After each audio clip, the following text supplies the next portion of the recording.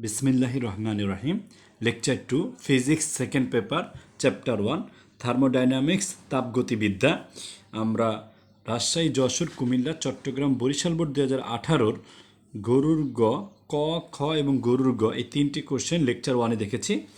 আমরা এখন লেকচার 2 এ এটার ঘোড়ার গটা দেখব। ঘোড়ার গটার কোশ্চেন কি করেছে আমরা কোশ্চেনটা দেখি। কোশ্চেনটা বলতেছে যে ইঞ্জিনের দক্ষতা দ্বিগুণ করা হলে উৎসে ব্যবহৃত পদার্থের এন্ট্রপি বাড়বে নাকি কমবে, গাণিতিকভাবে ব্যাখ্যা করো। তো এটা বোঝার জন্য আমাদের প্রথম এন্ট্রপিটা কি সেটা বুঝতে হবে। চলো প্রথম আমরা এন্ট্রপিটা বুঝে নেই। এন্ট্রপি কোনো সিস্টেমের বিশৃঙ্খলার সূচক পরিমাপকে এন্ট্রপি বলা হয়। আচ্ছা, আমরা একটু যদি এক্সাম্পলটা নিয়ে নিই একটা। মনে করো তুমি কলেজে গিয়েছো, তো এখন কলেজে গিয়ে দেখলা যে তোমার টিচার সুন্দর করে বোর্ডে বোঝাচ্ছেন। এখন বোঝাতে গিয়ে উনি যেটা করতেছেন তোমার দিকে তাকিয়ে আছে, তুমি মনোযোগ সহকারে শিক্ষকের পড়াগুলো বুঝতেছো। এখন তোমার পাশে যে ফ্রেন্ড আছে সে হয়তোবা সে বুঝতেছে না বলতে সে বুঝতে চাইতেছে না। সে কি করতেছে, তার পাশের ফ্রেন্ডকে আবার সে খোঁচা মারতেছে বা দুষ্টামি করতেছে, যেটার কারণে তোমার মনোযোগটা নষ্ট হয়ে যাচ্ছে। অন্যদিকে তোমার পাশের আরেকটা স্টুডেন্ট সে খেলনা নিয়ে এসেছে বইয়ের বদলে। তো এরকম বইয়ের বদলে যদি খেলনা নিয়ে আসে, অটোমেটিকলি সেও কী করতেছে, খেলনা দিয়ে খেলতেছে, সেও মনোযোগী না।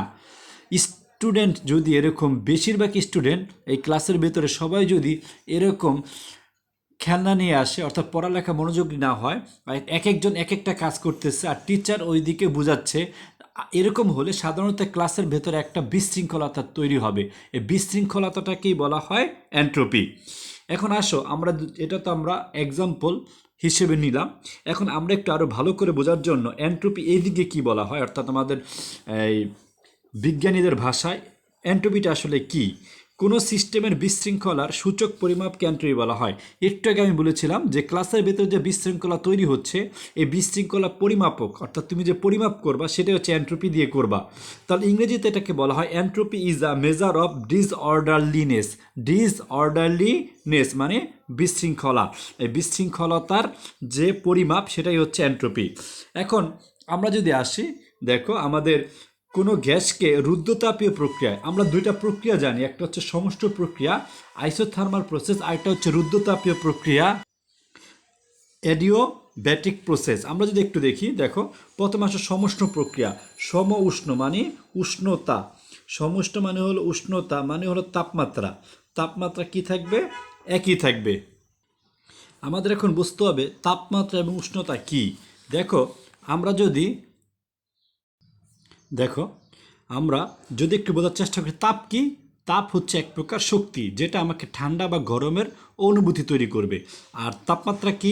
তাপমাত্রা হচ্ছে বস্তু তাপীয় অবস্থা, যেটা বলে দেবে যে তাপ কোন দিক থেকে কোন দিকে যাবে। আমরা যে একটু এক্সাম্পল নেই, প্রথমে দেখো এখানে একটা সিলিন্ডার নেওয়া হচ্ছে, সিলিন্ডারের দুই পাশে আমরা দেখতেছি সিলিন্ডার এ নেওয়া হয়েছে এক পাশে, আরেক পাশে নেওয়া হয়েছে সিলিন্ডার বি। এ সিলিন্ডারটার পানি কম আছে কিন্তু উচ্চতা বেশি আছে, বি সিলিন্ডারটার পানি বেশি আছে কিন্তু উচ্চতা কম আছে। তো এখন আমি এখানে যে ট্যাপটা খুলে দেই, ওপেন করে দেই, তাহলে পানি কোন দিক থেকে কোন দিকে যাবে, এটা কিন্তু পানি বেশি থেকে কমের দিকে যাবে এরকমটা না। পানি যেদিকে বেশি থাকুক না কেন, পানি কোন দিক থেকে কোন দিকে যাবে এটা ডিপেন্ড করবে উচ্চতার উপরে। যেই পাশে উচ্চতা আছে বেশি, সেই পাশ থেকে যেই পাশে উচ্চতা কম সেই পাশে পানি প্রবাহিত হবে। যদিও পানি কম আছে এ প্রান্তে এ সিলিন্ডারে, তারপরেও যেহেতু এ সিলিন্ডারের উচ্চতা বেশি আছে, সুতরাং পানি এ থেকে বিতে প্রবাহিত হবে। তার মানে পানি কোন দিকে প্রবাহিত হবে এটা নির্ভর করবে পানির উচ্চতার উপরে। একইভাবে আমরা যদি এই দুটো বস্তুর কথা কল্পনা করি, দেখো এই বস্তুতে 50 জুল তাপ আছে আর এটার ভিতরে আছে 60 জুল তাপ। আমরা যদি কম্পেয়ার করি এই দুটোর ভেতরে, তাহলে অবশ্যই প্রথমটার ভেতরে তাপ কম আছে। এটাকে আমরা যদি দেই এ এবং বি আকারে, তাহলে আমরা দেখব এতে তাপ কম আছে আর বিতে তাপ বেশি আছে। এখন আমি যদি এই দুটোকে সংযোগ করে দেই, তাহলে তাপ কোন দিক থেকে কোন দিকে যাবে এটা কিসের উপর ডিপেন্ড করবে। আমরা যদি এখানে দেখি 60 জুল তাপ আছে, এই তাপ আর তাপমাত্রা এক জিনিস না। এখানে দেখো এইটাতে 50, অর্থাৎ এতে 50 জুল তাপ আছে, এটার সাথে যদি আমরা কম্পেয়ার করি প্রায় অর্ধেকের চেয়েও বেশি আছে। কম্পেয়ার করলে এটাতে প্রায় 100 জুল তাপ থাকার কথা যদি এটার মতো সমান গরম অনুভূত হতে চায়। অর্থাৎ এখানে অল্প জায়গায় 50 জুল তাপ আর এখানে বেশি জায়গায় 60 জুল তাপ। আমি যদি এখন এই 50 জুলে হাত দিই তাহলে আমার হাতে বেশি গরম অনুভূত হবে, কিন্তু আমি যদি 60 জুলে তাপ দিই বেশি জায়গায় যদিও একটু বেশি তাপ দেওয়া আছে, কিন্তু তারপরও জায়গাটা বেশি হওয়ার কারণে এই তাপের অণুগুলো আস্তে আস্তে কী করবে, তাপ বলতে আমি এখানে বোঝাচ্ছি তাপের যে শক্তিটা সেটা সম্পূর্ণ বস্তুর ভেতরে ছড়িয়ে পড়বে, যার কারণে বি বস্তুটাকে আমি যদি ধরতে যাই তাহলে আমার এ বস্তু থেকে একটু কম গরম অনুভূত হবে। এ থেকে আমরা বুঝতেছি যে তাপমাত্রা বা উষ্ণতা এর বেশি এবং বি এর তাপমাত্রা বা উষ্ণতা কম। তার মানে এখন এই আমরা যদি দুটোকে সংযোগ করে দিই তাহলে তাপ কোন দিক থেকে কোন দিকে যাবে এটা আমাদের তাপমাত্রার উপর ডিপেন্ড করবে। যদিও এখানে তাপ কম আছে কিন্তু তাপমাত্রা বেশি থাকার কারণে এ থেকে বিতে তাপ প্রবাহিত হবে, কারণ এর উষ্ণতা বা তাপমাত্রা বেশি বিয়ের চেয়ে। আশা করি তাপ এবং তাপমাত্রা বুঝে গেছি আমরা। সো এখন বলতেছে সমষ্ট প্রক্রিয়া কাকে বলে? আইসোথার্মাল প্রসেস হলো যে তাপগতীয় প্রক্রিয়ায় সিস্টেমের তাপমাত্রা স্থির থাকে। অর্থাৎ তাপমাত্রা স্থির থাকে মানে হলো এখানে যদি আমরা জানি যে তাপকে আমরা প্রকাশ করব 50 জুল অর্থাৎ জুল দিয়ে, কিন্তু তাপমাত্রাকে আমরা ইউজ করবো ক্যালভিন দিয়ে। তো আমরা যদি এইখানে যদি মনে করো 50 ক্যালভিন তাপমাত্রা থাকে, এখানেও হয়তো বা 50 ক্যালভিন তাপমাত্রা। এক সময় এই দুটো যখন কী হবে এই সংযোগ দিলাম তাপ প্রবাহিত হতে হতে এক সময় এটার 50 ক্যালভিন হলে এটাও কী হয়ে যাবে 50 ক্যালভিন। তো সমস্ত প্রক্রিয়ায় যে প্রক্রিয়ায় সিস্টেমের তাপমাত্রা স্থির থাকে, অর্থাৎ সিস্টেমের ভেতরে যদি 50 ক্যালভিন তাপমাত্রা থাকে ওই 50 ক্যালভিন তাপমাত্রাই সিস্টেমে কি থাকবে বিরাজমান থাকবে, স্থির থাকবে, তাপমাত্রা বাড়বে না, তাকে সমষ্ট প্রক্রিয়া বলা হয়। আর রুদ্ধতাপীয় প্রক্রিয়া কী হবে? অ্যাডিওব্যাটিক প্রক্রিয়া হচ্ছে বা প্রসেস হচ্ছে যে প্রক্রিয়ায় সিস্টেম থেকে তাপ বাইরে যায় না বা বাইরে থেকে কোনো তাপ সিস্টেমে আসে না, তাকে রুদ্ধতাপীয় প্রক্রিয়া বলা হয়। তার মানে কি আইসোথার্মাল প্রসেসের ভেতরে তাপ যেতেও পারবে ভেতর থেকে আসতেও পারবে, তবে তাপমাত্রা স্থির থাকতে হবে এখানে। যদিও বাইরে থেকে আসুক আর বাইরে থেকে যাক না কেন সমস্ত প্রক্রিয়া তাপমাত্রা কখনো বাড়বে না, একই থাকবে। আর রুদ্ধতাপীয় প্রক্রিয়ার ক্ষেত্রে এখানে আমাদের যেটা হলো বাইরে থেকে ভেতরে তাপ যাবেও না, ভেতর থেকে বাইরে তাপ আসবেও না। আচ্ছা, এই প্রক্রিয়াটাকে বলা রুদ্ধতাপীয় প্রক্রিয়া। এখন আমরা যদি এন্ট্রপিতে আবার যাই তাহলে কোনো গ্যাসকে রুদ্ধতাপীয় প্রক্রিয়ায় অর্থাৎ বাইরে থেকে তাপ ভেতরে ঢুকবে না, ভেতর থেকে তাপ বাইরে আসবে, এই প্রক্রিয়ায় আমরা কি করলাম সংকুচিত করার সময় আমরা যদি সংকুচিত করি, মনে করো আমরা রুদ্ধতাপীয় প্রক্রিয়ায় দুটো যন্ত্র নিয়েছি বা দুটো সিলিন্ডার নিয়েছি, এই দুটো সিলিন্ডারের ভিতরে আমাদের এখানে আদর্শ গ্যাস আছে। তো আমরা রুদ্ধতাপীয় প্রক্রিয়ায় কী করলাম এটাকে প্রেস করে নিচের দিকে প্রেস করে আমরা যদি রুদ্ধতাপীয় প্রক্রিয়াটাকে কী করি আমাদের এখানে বলা হয়েছিল সংকুচিত করি। দেখো এটা করে আমরা যদি এ সিলিন্ডার এবং বি সিলিন্ডার এই দুটো সিলিন্ডারের ভেতরে আমাদের পিস্টন যে আছে এই পিস্টনটাকে আমরা যদি নিচের দিকে প্রেস করে চাপ দিয়ে মনে করো 4 সেন্টিমিটার আছে এটাকে 2 সেন্টিমিটার নিয়ে আসলাম, তো অটোমেটিক কী করলাম আমরা সংকুচিত করলাম। আচ্ছা, তার মানে কি কিছু কাজ করা হলো, তাই আমি যদি সংকুচিত করেছি তার মানে কিছু কাজ করেছি, ফলে গ্যাসের তাপ শক্তি এবং সেই সঙ্গে তাপমাত্রা বৃদ্ধি পাবে। এখন সাধারণত গ্যাসের ভেতরে আমি যদি চাপ প্রয়োগ করে এটাকে কী করি সংকুচিত করি, অটোমেটিকলি এটার ভেতরে যে গ্যাস আছে সেই গ্যাসটার তাপ বেড়ে যাবে আগে, আর তাপ শক্তি বেড়ে যাওয়া মানে হলো এটা তাপমাত্রাও বেড়ে যাওয়া। পুনরায় গ্যাসকে রুদ্ধতাপের প্রক্রিয়া প্রসারিত হতে দিলে গ্যাসকে কিছু কাজ করতে হয়। এখন আমরা যদি আবার কি করি এটা যদি নিচের দিকে নামিয়েছে এটা যে আবার উপরের দিকে উঠে আগের মতো 4 সেন্টিমিটার করি অর্থাৎ প্রসারিত করে দেই, তাহলে গ্যাসকে কি করতে হবে কিছুটা কাজ করতে হয়, অর্থাৎ সে আবার প্রসারিত হয়ে যাবে। আগে প্রথমে বেশি জায়গা ছিল কম জায়গায় গেল, আবার যখন আমি প্রসারিত করব তো আবার কম জায়গা থেকে সে আস্তে আস্তে বেশি আয়তন বা বেশি জায়গাতে সে ছড়িয়ে পড়বে, অর্থাৎ সে তাকে একটা কাজ করতে হয়। অন্তর্নিহিত শক্তির বিনিময়ে গ্যাস এই কাজ করে থাকে। তার মানে কি এই যে গ্যাস যে কাজটা করবে এই কাজটা কোত্থেকে করবে বলতেছে এই গ্যাসের ভেতর অন্তর্নিহিত শক্তি আছে, সেই শক্তি দিয়ে এই কাজটা করবে। অন্তর্নিহিত শক্তি কাকে বলে আমরা একটু আবার দেখে নেই। বস্তুর মধ্যস্থ অণু পরমাণুর গতিশক্তি। আমরা জানি অণু পরমাণুগুলো গতিশীল এবং এদের মধ্যে প্রকার আন্তঃআণবিক বল আছে এবং অণুপরমাণুগুলোর ভিতরে একটা আন্তঃআণবিক বল থাকার কারণে এরা পরস্পরের কাছাকাছি থাকে। যে শক্তির সৃষ্টি হয় এবং এই বলের কারণে একটা শক্তির সৃষ্টি হয় তাকে অন্তর্নিহিত বা অভ্যন্তরীণ শক্তি বলে। আরও সহজ করে আমরা যদি বলি তাহলে কোনো সিস্টেমের বা বস্তুর মধ্যে যে শক্তি লুকায়িত বা সুপ্ত অবস্থায় থাকে, অর্থাৎ কোনো একটা সিস্টেম বা প্রক্রিয়ার ভেতরে একটা শক্তি কি থাকে, লুকায়িত থাকে। যখন স্বাভাবিকভাবে সেই শক্তিটা তারা প্রদর্শন করে না, কিন্তু যখন পারিপার্শ্বিক বা পরিবেশ পরিস্থিতিতে যখন কোনো প্রয়োজন পড়ে শক্তিটা বের করার জন্য, তখন তারা সেইটার কি করে, পরিবেশ পরিস্থিতিতে বহিঃপ্রকাশ ঘটায়, তাকে অভ্যন্তরীণ শক্তি বলে। আশা করি বোঝা গেছে অভ্যন্তরীণ শক্তি কাকে বলে। এখন দেখো বলা হচ্ছে কি এই কাজ করে থাকে, ফলে গ্যাসের তাপ শক্তি ও তাপমাত্রা এই দুটির একটিও স্থির থাকে না। অর্থাৎ যেহেতু গ্যাস সংকুচিত থেকে প্রসারিত হলো, তার মানে গ্যাসকে একটা কাজ করতে হয়েছে। আর গ্যাসকে যখন একটা কাজ করতে হয় তখন গ্যাসের এই তাপ শক্তি এবং তাপমাত্রা এই দুটির একটিও কি থাকে না, স্থির থাকে না, অর্থাৎ চেঞ্জ হয়। উভয়ই একই সঙ্গে বৃদ্ধি পায় বা হ্রাস পায়, হয় বৃদ্ধি পাবে অথবা হ্রাস পাবে। এখন বিজ্ঞানী ক্লসিয়াস তাপগতিবিদ্যার দুটো সূত্র আছে, সেই দ্বিতীয় সূত্রটা আর কি, তাপগতিবিদ্যার দ্বিতীয় সূত্র প্রয়োগ করতে গিয়ে উনি উপলব্ধি করেন যে সমষ্ণ প্রক্রিয়া, অর্থাৎ যখন তাপমাত্রা স্থির থাকে তখন উনি বস্তুর তাপমাত্রা স্থির থাকে, তেমন রুদ্ধতাপীয় প্রক্রিয়া বস্তুর কোনো কিছু স্থির থাকে। অর্থাৎ উনি দেখলেন যে সমষ্ণ প্রক্রিয়া কি স্থির থাকে, তাপমাত্রা স্থির থাকে। তো এখন সমষ্ণ প্রক্রিয়া তাপমাত্রা যদি স্থির থাকে, তাহলে রুদ্ধতাপীয় প্রক্রিয়া তো একটা জিনিস, কোনোটা কিছু স্থির থাকার কথা। এখন উনি ওই কোনো কিছুটাকে নাম দিয়েছেন এন্ট্রপি। রুদ্ধতাপীয় প্রক্রিয়া বস্তুর সঙ্গে যখন পরিপার্শ্বের কোনো তাপ আদান প্রদান হয় না, অর্থাৎ আমরা যেহেতু দেখেছি রুদ্ধতাপীয় প্রক্রিয়া বাইরে থেকে কোনো তাপ ভেতরে যাবেও না প্রক্রিয়ার, এবং ওই সিস্টেম বা প্রক্রিয়ার ভেতর থেকে কোনো তাপ বাইরে আসবে না, তার মানে তাপের কোনো আদান প্রদান হয় না, তখন বস্তুর যে তাপীয় ধর্ম অপরিবর্তিত থাকে। অর্থাৎ তাপের আদান প্রদান না হওয়ার কারণে বস্তুর একটা ধর্ম অপরিবর্তিত থাকে। ক্লোসিয়াস তার নাম দেন এন্ট্রপি। তাহলে উনি মোটামুটি এন্ট্রপির একটা ডেফিনেশন দিয়ে দিয়েছেন।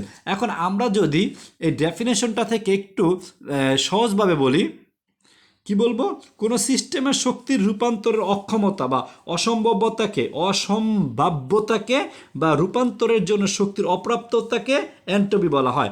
অর্থাৎ একটা সিস্টেম আছে, সেই সিস্টেম হয়তো বা 20 জুল কাজ করতে পারে, কিন্তু আমি চাচ্ছি 30 জুল কাজ করাইতে, এই যখন 30 জুল কাজ সে করতে পারে না। এখন এই না পারা, এই শক্তিটাকে অর্থাৎ 20 জুল করতে পারে, 30 জুল করতে পারে না। এই যে একটা যন্ত্রের অসম্ভাব্যতা, এই অসম্ভাব্যতা বা অক্ষমতা, কোনো একটা যন্ত্র যেটা করতে পারতেছে না, এই না পারার যে অক্ষমতা বা অসম্ভাব্যতাকে বা রূপান্তরের জন্য শক্তির অপ্রাপ্যতা, অথবা যতটুকু শক্তি দরকার সেই শক্তি সে পাচ্ছে না, এই না পাওয়ার যে অপ্রতুলতা বা অপ্রাপ্যতা, এটাকে বলা এন্ট্রপি। আর পৃথিবীর এন্ট্রপি ক্রমাগত বাড়ছে, মানে এন্ট্রপি বাড়ছে মানে কি, অর্থাৎ সাধারণত আমরা যদি একটু বলি, প্রতিনিয়ত আমরা এনার্জি খরচ করে ফেলতেছি।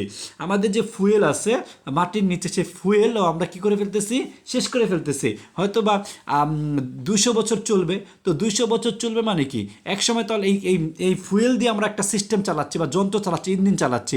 তো এখন ইঞ্জিনটা এগুলো খরচ, এই এনার্জিটা ইউজ করে করে আমাদেরকে কাজ করে দিচ্ছে, গাড়ি চলতেছে, বিমান চলতেছে। এখন এই যে আমরা এনার্জিগুলো খরচ করে ফেলতেছি, এনার্জিগুলো খরচ করে ফেলার কারণে এনার্জি শেষ হয়ে যাচ্ছে। তো এনার্জি শেষ হয়ে গেলে কি হবে, এন্ট্রপি বৃদ্ধি পায়। কারণ হলো যখন এনার্জি থাকবে না, তখন ওই এনার্জি দিয়ে কাজ করার মতো যে অক্ষমতা, অর্থাৎ যন্ত্র যে কাজ করবে, সে কাজ করার জন্য যে এনার্জি দরকার, যন্ত্র সে এনার্জি যখন পাবে না, এই এনার্জি না পাওয়ার যে অপ্রতুলতা, অক্ষমতা, এটাই হচ্ছে এন্ট্রপি। তার মানে আমরা যেহেতু এনার্জি দিন দিন খরচ করে ফেলতেছি, তার মানে এন্ট্রপি বেড়ে যাচ্ছে। তো পৃথিবীর এন্ট্রপি এই জন্য ক্রমাগত বাড়ছে। এভাবে একসময় হয়তো বা পৃথিবী এন্ট্রপি যদি শেষ হয়ে যায়, তাহলে পৃথিবী আর থাকবে না। আমরা এ নিয়ে আলোচনা করবো ইনশাল্লাহ পরবর্তীতে কখনো, এন্ট্রপির পৃথিবী, অর্থাৎ পৃথিবীতে এন্ট্রপির কী অবস্থা সে নিয়ে। এখন আসো আমরা আরেকটু যাই। সুতরাং বলা যায় যে রুদ্ধতাপীয় প্রক্রিয়ায় বস্তুর যে তাপীয় ধর্ম স্থির থাকে তাকে এন্ট্রপি বলে। তার মানে রুদ্ধতাপীয় প্রক্রিয়া যে জিনিসটা কি থাকবে, স্থির থাকবে, সেটাকে আমরা এন্ট্রপি বলবো। অর্থাৎ এন্ট্রপি হলো বস্তুর এমন একটি ভৌত ধর্ম যা রুদ্ধতাপ প্রক্রিয়া স্থির থাকে। এন্ট্রপি তাপগতীয় রাশিসমূহের এমন একটি অপেক্ষক। আমরা যে একটুখানি বুঝি, তো এমন একটি অপেক্ষক, অপেক্ষকটা কি? দুই বা ততোধিক চলকের নির্ভরশীলতার সম্পর্কের গাণিতিক প্রকাশকে অপেক্ষক বলে। আচ্ছা, আমরা জানি যে মনে করো Y is equal to 2x plus 3, এটা একটা কি? এখন এখানে এক্স এর ভ্যালুটা হচ্ছে নির্দিষ্ট নয়, অর্থাৎ আমি ইচ্ছা মতো মান ধরতে পারবো এক্স, মানে এক্স একটা চলক, আর এই এক্স চলকের উপর ওয়াই চলকটা কি ডিপেন্ড করে, নির্ভর করে। তার মানে এক্স কারোর উপর নির্ভরশীল না, কিন্তু ওয়াইটা নির্ভরশীল। এখন এখানে দুটো চলক আছে, এরকম দুটো চলক যখন কি করবে, পরস্পর পরস্পরের উপর নির্ভরশীল থাকবে, নির্ভরশীলতাকে আমরা কি করব, একটা সমীকরণ আকারে প্রকাশ করব, এটা কি বলা হয়, একটা অপেক্ষক। এখন বলতেছে তাহলে এন্ট্রপি এরকম একটা অপেক্ষক যা তাপ প্রবাহের কি করবে, দিকটা, অর্থাৎ তাপ প্রবাহের দিক বা তাপ সঞ্চালনের দিক নির্দেশ করে, অর্থাৎ কোন দিকে তাপ যাবে বা কোন দিকে প্রবাহিত হবে সেটা সাধারণত নির্দেশ করবে এন্ট্রপি, এবং তাপগতি অবস্থা নির্ধারণে সহায়তা করে। এবার আমরা আমাদের গ নম্বর কোশ্চেনে আসি, গোড়ার গ। ইঞ্জিনের দক্ষতা দ্বিগুণ করা হলে উৎসে ব্যবহৃত পদার্থের এন্ট্রপি বাড়বে নাকি কমবে, গাণিতিকভাবে ব্যাখ্যা করো। আচ্ছা, এখন আমরা যদি যাই আমাদের গতে আমরা কি পেয়েছি, আমরা একটু প্রশ্নটা আবার একটু পরে আসি। আমাদের প্রশ্নটা ছিল যে একটি প্রত্যাগামী ইঞ্জিন গৃহীত তাপের 1/6 অংশ কাজে পরিণত করে। আর আমরা প্রত্যাগামী ইঞ্জিন নিশ্চয়ই জানি। আমি যদি একটুখানি একটা এক্সাম্পল দিই তাহলে বুঝবো যে মনে করো এ থেকে বিতে আসলো, কোনো একটা সিস্টেমে কাজ করতে করতে এ থেকে বিতে আসলো, তাহলে বিতে আসার পরে সে যতটুকু কাজ করবে আবার সে ফিরে যাবে বি থেকে এতে। এক্ষেত্রে এ থেকে বিতে আসতে সে যতটুকু কাজ করেছে বি থেকে এতে আসতে সে একই রকম কাজ করবে, তবে মাইনাস হবে। এটাকে বলা হয় প্রত্যাগামী ইঞ্জিন। আচ্ছা, যারা মানে যে সমস্ত ইঞ্জিন এই সমস্ত অর্থাৎ প্রত্যাবর্তিত হয়ে প্রথম অবস্থায় ফিরে আসবে সেটাকে বলবো আমরা প্রত্যাগামী ইঞ্জিন। এখন বলা হচ্ছে এই প্রত্যাগামী ইঞ্জিনে গৃহীত তাপের 1/6 অংশ কাজে পরিণত কর। এর তাপগ্রাহকের তাপমাত্রা হচ্ছে, দেখো আমরা যদি তাপগ্রাহকের তাপমাত্রা 54 কেলভিন যদি আমরা কমায় ফেলি তাহলে দক্ষতা দ্বিগুণ হয়। আমার এখনকার কোশ্চেনের জন্য এটাই লাগবে, বলছি ইঞ্জিনের দক্ষতা দ্বিগুণ করা হলে, তাই ইঞ্জিনের দক্ষতা দ্বিগুণ করতে হলে আমার কি করতে হবে, তাপগ্রাহকের তাপমাত্রা 54 কেলভিন কমাতে হবে। উচ্চে ব্যবহৃত পদার্থের ভর হচ্ছে এম একক এবং আপেক্ষিক তাপ হচ্ছে এস একক। আচ্ছা, এখন আমরা প্রথমেই লিখব যে গ হতে পাই, আমাদের গতে কি ছিল, দেখো আমরা গতে উচ্চের তাপমাত্রা পেয়েছিলাম T1 সমান 324 কেলভিন, সেটা আমরা লিখে দেই। গ হতে পাই উচ্চের তাপমাত্রা T1 ইকুয়াল 324 কেলভিন। আচ্ছা, এখন আমরা এটাও জানি এবং আমরা এটাও পেয়েছিলাম যে Q2/Q1 সমান 5/6, এবং প্রত্যাগামী ইঞ্জিনের জন্য আমরা জানি Q2/Q1 ইজ ইকুয়াল T2/T1, এবং T2/T1 ইকুয়াল হবে কি 5/6। সুতরাং এটাও আমাদের লাগবে, আমরা লিখে দেবো এটা যে T2/T1 ইকুয়াল কত হবে, 5/6। আচ্ছা, এখান থেকে আমরা যদি দেখি আমরা এছাড়াও আমরা কি জানি, আমরা এখানে দেখো T1 এর ভ্যালুটা যেটা আমাদের কত আছে 324, এটা আমরা বসাই দিতে পারি। তার T2 is equal two 324 equal 5/6। তো এখন এখানে আমাদের কোনাকুনি আমরা যদি গুণ করি তাহলে T2 ইন্টু 6 ইকুয়াল 5 ইন্টু 324, বা T2 ইকুয়াল 5 ইন্টু 324 বাই নিচে 6। আমরা যদি ক্যালকুলেশন করি তাহলে কত আসে, ক্যালকুলেটরে দিলে আসবে হলো 5 ইন্টু 324 ডিভাইড 6, এখানে পাবো আমরা হলো 270 কেলভিন। আচ্ছা, এখন আমাদের বলছে দক্ষতা দ্বিগুণ করব, আমরা লিখব দক্ষতা দ্বিগুণ করতে হলে তাপ গ্রাহকের তাপমাত্রা 54 কেলভিন কমাতে হয়। আচ্ছা, যেহেতু আমাদের বলে দিয়েছে, তাহলে আমাদেরকে যেহেতু বলে দেওয়া আছে দক্ষতা দ্বিগুণ করতে হবে, তারা কোশ্চেনে বলে দিয়েছে যে দক্ষতা কখন দ্বিগুণ হবে, তাপগ্রাহকের তাপমাত্রা 54 কেলভিন কমালে। তাহলে আমরা তাপগ্রাহকের তাপমাত্রা 54 কমিয়ে দিই, আমরা তাপগ্রাহকের তাপমাত্রা পেয়েছি 270। তো আমরা এখানে লিখে দিই 270 মাইনাস হচ্ছে 54 কেলভিন, অথবা উপরে লিখে নিতে পারো এখানে T2 ইকুয়াল মানে T2 মাইনাস 54 কেলভিন। তাহলে আমরা কত পাচ্ছি?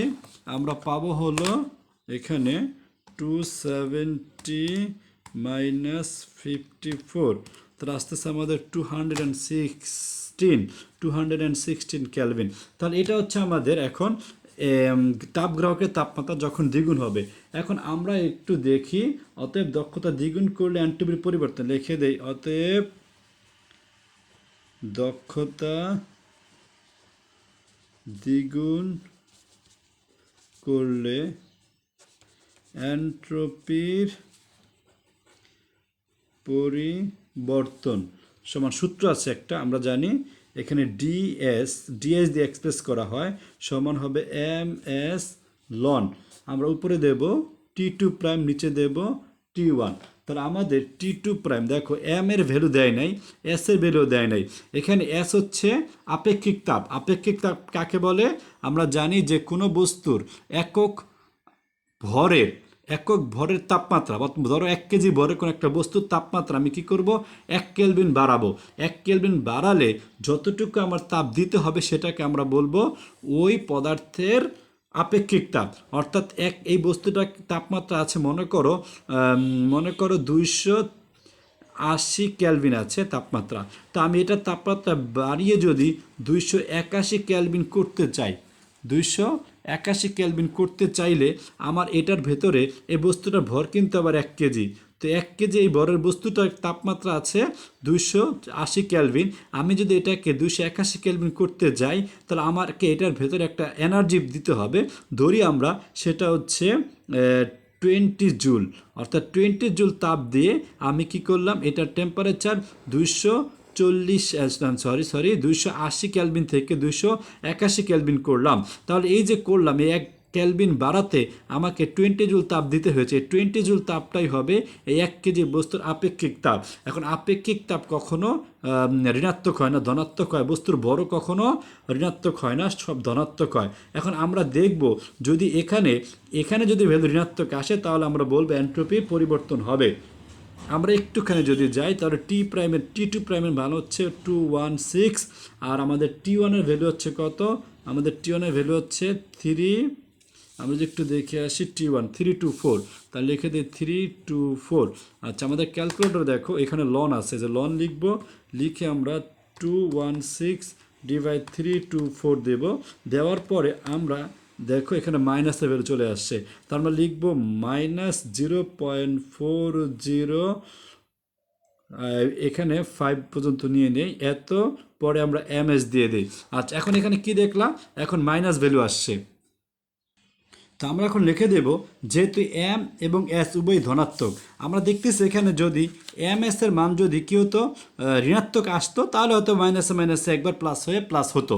কিন্তু যেহেতু এখানে MS এর ভ্যালু ধনাত্মক, সবসময় ভর কখনো ঋণাত্মক হয় না, আপেক্ষিক তাপও ঋণাত্মক হয় না, তার মানে টোটাল এই যে পয়েন্টটা দেখতেছি সেটা হচ্ছে কার? এই DS এর পয়েন্ট। সুতরাং DS এর ভ্যালু কি হবে? ঋণাত্মক হবে। আর DS ঋণাত্মক হওয়ায় এনট্রপি কমবে। এতটুকু লিখে দিলে আশা করি ফুল মার্ক পাওয়া যাবে। Thank you.